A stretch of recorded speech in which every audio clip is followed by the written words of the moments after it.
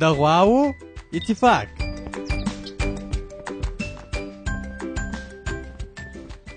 په یوه غاټ ځنګله کې 4 غواوې اوسېدلې. دوی چې به د خوراک دپاره تللې نو 4 سره به یو ځای تللې. هیڅ کله یو له بله نه جلا کېدلې.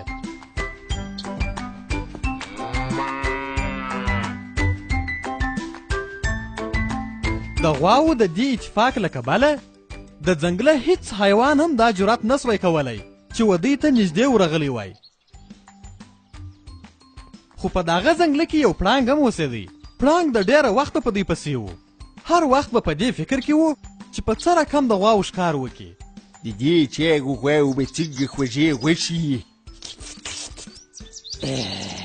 خو هر وخت چې به پړانګ پر غواو حمله وکړه نو غواو به ماته ورکړه، ځکه غواوې په اتفاق وې.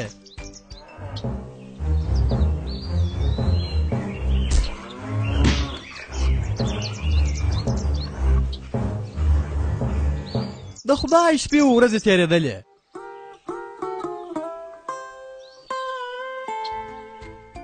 یوه ورځ غواو په خپل منځ کې جنګ وکړي. زما سره خبرې مه کوه. تم زما سره خبرې مه کوه. منې که بله شپه له په دې ځنګله کې وکړم. زه دې هم په کیسه کې لا نه یم. تر دې خبرو وروسته 4 غواوې پر 4 لارو ولاړې. پړانګ د دوی د دې بې اتفاقۍ څخه استفاده وکړه. دغه ورځ خو به د خدای غوښتل. اوس نو پړانګ په دوی پسې ور روان سو.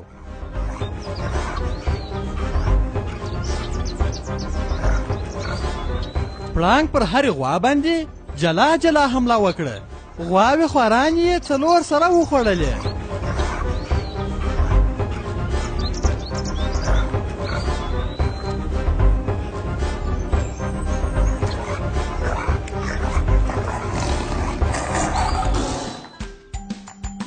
په اتفاق کې برکت دی او په بې اتفاقۍ کې بربادي ده.